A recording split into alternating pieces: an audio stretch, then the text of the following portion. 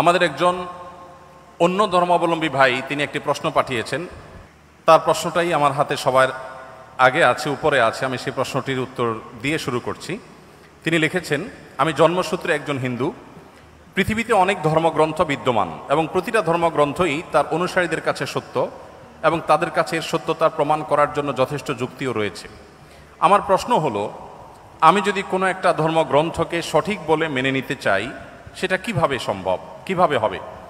আমি কিভাবে বুঝবো যে এটাই সঠিক, বাকিগুলো ভুল? যেহেতু সবার নিজের ধর্মগ্রন্থগুলো সঠিক বলে মনে করেন, আমি নিরপেক্ষভাবে কোনটাকে সঠিক বলে মেনে নিব এবং কেন মেনে নিব?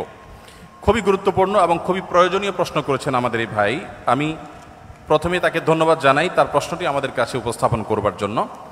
আর এর উত্তরে আমরা বলতে চাই যে দেখুন, আল্লাহ রাব্বুল আলামিন প্রত্যেকটা মানুষকে জন্মসূত্রে আল্লাহর ভাষায় আল্লাহ নবী সাল্লাল্লাহু আলাইহি সাল্লামের মাধ্যমে আল্লাহ তাআলা ব্যক্ত করেছেন, ওয়াহী গায়রে মাতুর মাধ্যমে ব্যক্ত হয়েছে যে কুল্লু মৌলুদিন ইউলাদু আলাল ফিতরাহ, প্রতিটি মানুষ জন্মসূত্রে ঈমানদার হয়ে জন্মগ্রহণ করে। প্রত্যেকটা মানুষের স্রষ্টার প্রতি বিশ্বাস, এটা নিয়েই সে দুনিয়াতে আসে। এই স্রষ্টা সংক্রান্ত যে ধারণা, এটা তার সমাজ, তার পরিবার থেকে যেটা পায় সেটাকেই সে ধারণ করে। বাকি স্রষ্টার প্রতি ধারণার এই বিশ্বাসকে নিয়েই মানুষ জন্মগ্রহণ করে। তার বাবা মা সম্পর্কে আল্লাহ নবী সাল্লাল্লাহু আলাইহি ওয়াসাল্লাম বলেছেন, ইল্লা আন্না আবওয়াহু ইয়াহুদানিহি আও ইউনাসসারানিহি আও ইমাজ্জিসানিহি। মানুষ যে বিভিন্ন ধর্মের অনুসারী হয়, এটা তার পরিবার থেকে যে দীক্ষা পায়, পরিবার তাকে যেদিকে গাইড করে সে সেদিকে যায়। বাকি জন্মসূত্রে সে আল্লাহ বা সৃষ্টিকর্তা যে একজন আছেন, সেই এক সত্তার প্রতি বিশ্বাসী হয়েই জন্মগ্রহণ করে। তারপরে সে ডাইভার্ট হয়ে যায় পারিবারিকভাবে যে গাইডেন্স পায় সেই গাইডেন্সের আলোকে। এখন আপনি যখন প্রাপ্তবয়স্ক হন, আপনি যখন দেখবেন যে একাধিক ধর্মগ্রন্থ বা একাধিক ধর্ম পৃথিবীতে আছে। আল্লাহ তাআলা কোরআনে কারিমে বলেছেন, ইন্নাদ-দীন ইনদাল্লাহিল ইসলাম, আল্লাহর কাছে একমাত্র মনোনীত দিন হলো ইসলাম। এই কথা যখন আপনি জানতে পেরেছেন, তখন আল্লাহ তাআলা আপনাকে যে বিবেক দিয়েছেন, সেই বিবেক খরচ করে আপনি ইসলামকে জানার চেষ্টা করবেন। আমরা যদি কেউ অন্য ধর্মকে জানার চেষ্টা করি, বিশেষ করে আমার যে ভাই প্রশ্ন করেছেন তিনি এবং আরও যারা অন্যান্য ধর্মে আছেন, আমি যদি বলতে চাই যে তারা যদি ইসলামকে জানার চেষ্টা করেন নির্মোহভাবে, তারা যদি সত্যানুসন্ধানী দৃষ্টি নিয়ে ইসলামকে স্টাডি করেন, কোরআনকে তারা পাঠ করেন এবং পড়েন, আমার বিশ্বাস একটা সময় তারা ইসলামের সত্যতাকে খুব সহজে, খুব স্বাভাবিকভাবে উপলব্ধি করতে পারবেন। যেহেতু তিনি একজন সৃষ্টিকর্তায় বিশ্বাস করেন, অতএব সৃষ্টিকর্তার কাছে তার আকুতি থাকা উচিত, প্রার্থনা থাকা উচিত, হে মহান সৃষ্টিকর্তা, আপনি আমাকে গাইড করেন, এবং নিজের বিবেক, বুদ্ধি সবগুলোকে উন্মুক্তভাবে তিনি ব্যবহার করে তিনি কোরআনকে, আল্লাহর দ্বীনকে তিনি বোঝার চেষ্টা করা দরকার। এটা যে কোনো ধরনের মানুষের জন্যই প্রযোজ্য, যে আপনি পারিবারিকভাবে যে দ্বীন পেয়েছেন সেই দ্বীনকে আপনি রপ্ত করেন, বুঝেন। অন্য ধর্মাবলম্বী ভাই যারা আছেন তাদেরকে আমরা বলবো যে কোরআন আপনারা নির্মোহভাবে একটু পড়ার চেষ্টা করুন। ফ্রান্সের একজন পলিটিশিয়ান, তিনি একসময় ইসলামের প্রতি অনেক বেশি বিদ্বেষ লালন করতেন। 2009, 10, 11 এই সময়টাতে আমি সোশ্যাল মিডিয়াতে আমার ফেসবুক আইডিতে তার ছবি, নাম দিয়ে অনেক লেখালেখি করেছি তার ইসলাম বিদ্বেষের কারণে, মুসলমানদের প্রতি বিদ্বেষের কারণে। বেশ কিছুদিন পর, বোধহয় গত কিছুদিন আগে, এক ভদ্রলোক আমাকে দেখালেন ইউটিউবে তার একটা ভিডিও। আমি দেখে তো অবাক হলাম যে এই ভদ্রলোক একজন পলিটিশিয়ান ছিলেন, পাওয়ারফুল পলিটিশিয়ান ছিলেন। তিনি কোরআন এবং নবী করিম সাল্লাল্লাহু আলাইহি সাল্লামের সিরাত, এটাকে অধ্যয়ন করে উনি অধ্যয়ন করেছেন হলো মুসলমানদের দোষ ধরার জন্য, কিন্তু অধ্যয়ন করে তিনি একটা পর্যায়ে ইসলাম গ্রহণ করেছেন। অতএব আমি আমার এই প্রশ্নকর্তা বন্ধুকে বলবো, আপনি দুটি জিনিস, একটি হলো আপনি মুক্ত মন নিয়ে কোরআনে কারিমটা একটু পড়ুন এবং প্রিয় নবী সাল্লাল্লাহু আলাইহি ওয়াসাল্লাম পুরো জীবনীটা একবার পড়ুন। আপনি এটা পড়ার পর, মুক্ত মনে পড়ার পর, আপনার বিবেক আপনাকে গাইড করবে যে মুহাম্মদ সাল্লাল্লাহু আলাইহি ওয়াসাল্লামের যে দ্বীন আল্লাহর পক্ষ থেকে তিনি আমাদের সামনে উপস্থাপন করেছেন, এটা আল্লাহর পক্ষ থেকে আনিত ধর্ম এবং একমাত্র সত্য ধর্ম।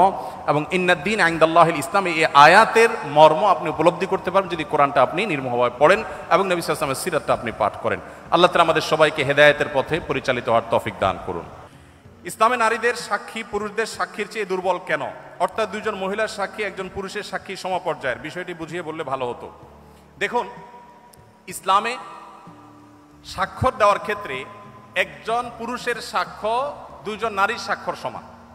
এখন বাহ্যিকভাবে মনে হতে পারে যে এখানে নারীকে একটু কম দেওয়া হলো কিনা, তো এটার মূল উত্তরে প্রবেশের আগে আমি যেটা বলতে চাই তা হলো, আল্লাহ রাব্বুল আলামিন আমাদেরকে যে বিধিবিধান দিয়েছেন তার সবগুলো যথোপযুক্ত। আল্লাহর বিধানের কোনোটার উপযুক্ততা, যথার্থতা যদি আমার বুঝে না আসে, তাহলে বুঝতে হবে এটা আমার সীমাবদ্ধতা, এটা আমার সীমাবদ্ধতা। আমি সৃষ্টি হয়ে স্রষ্টার সকল আদেশ নিষেধের তাত্ত্বিক তাৎপর্য এবং তার যৌক্তিক দিক এটা আমার উদ্ধার করতে পারাটা আবশ্যক নয়, বরং যুক্তির দাবি হলো আমি সৃষ্টি হয়ে স্রষ্টার সব আদেশ নিষেধের যথার্থতা আমার বুঝে আসবে না, এ না আসাটাই বরং স্বাভাবিক। একজন সামান্য গাড়ি চালক, সামান্য একজন প্রহরী, একজন ছোট চাকরি করা মানুষ, তিনি প্রতিষ্ঠান মালিকের অনেক সিদ্ধান্তের যৌক্তিকতা বুঝতে পারেন না, না পারাটাই স্বাভাবিক। কারণ যে তিনি যদি সব কিছুর যৌক্তিকতা ধরে ফেলতেন তাহলে তিনি তার পর্যায়ে পৌঁছে যেতেন। আল্লামা ইকবাল বলেছেন, জু সমঝ মে আ গই ও ফির খুদা কিউ কর হুয়া, যাকে আপনার বিবেক বুদ্ধি দিয়ে সবকিছু রপ্ত করতে ফেলেছেন তিনি আবার আল্লাহ হয় কিভাবে? আল্লাহ তো সে মহান সত্তা যে আপনার বিবেক দিয়ে বুদ্ধি দিয়ে তার সবকিছুকে আপনি রপ্ত করতে পারবেন না। এখানেই তো তার বিশালত্ব, এখানেই তো তার মহত্ব। ছোট একটা উপমা দেই। এখন বিদ্যুৎ আছে আমরা জানি, আমাদের ঢাকা শহরে যে তারগুলা ঝুলে আছে, এক এক এলাকায় আপনার যে রাস্তাঘাটে রাস্তার ধারে পিলারে যে সমস্ত তারগুলা ঝুলে আছে, বিরাট জঞ্জাল, দেখতে খুব দৃষ্টিকটু লাগে। আমাদের অনেক কিছু হয়েছে কিন্তু তারগুলো দেখতে খারাপ দেখা যায়। এখন ধরা যাক আজ থেকে 100 বছর আগের একজন মানুষ পৃথিবীতে এখন ফিরে আসছে। যুক্তির খাতিরে শুধু আমরা ধরে নেই যে একজন মানুষ 100 বছর আগের ছিলেন, তিনি ফিরে এসেছেন। তিনি এই বৈদ্যুতিক যে টেকনোলজি এ সম্পর্কে কোনো ধারণা তার নাই। এ ভদ্রলোক এসে সুন্দর করে একটা চাকু নিয়ে বা ধারালো কিছু নিয়ে তিনি এই তারগুলো একেবারে পরিপূর্ণভাবে সাফ করে দিয়েছেন কেটে, কারণ এগুলো দেখতে খারাপ দেখা যাচ্ছিল, শহরের সৌন্দর্য নষ্ট করছিল। তিনি পরিষ্কার করে দিয়েছেন। তার এই পরিষ্কার করার কারণে তাকে গ্রেপ্তার করে থানা জেলে নেওয়া হলো। এরপরে তার নামে মামলা হলো, তার নামে মৃত্যুদণ্ডের রায় আসলো এবং তাকে মৃত্যুদণ্ড দিতে নেওয়া হলো।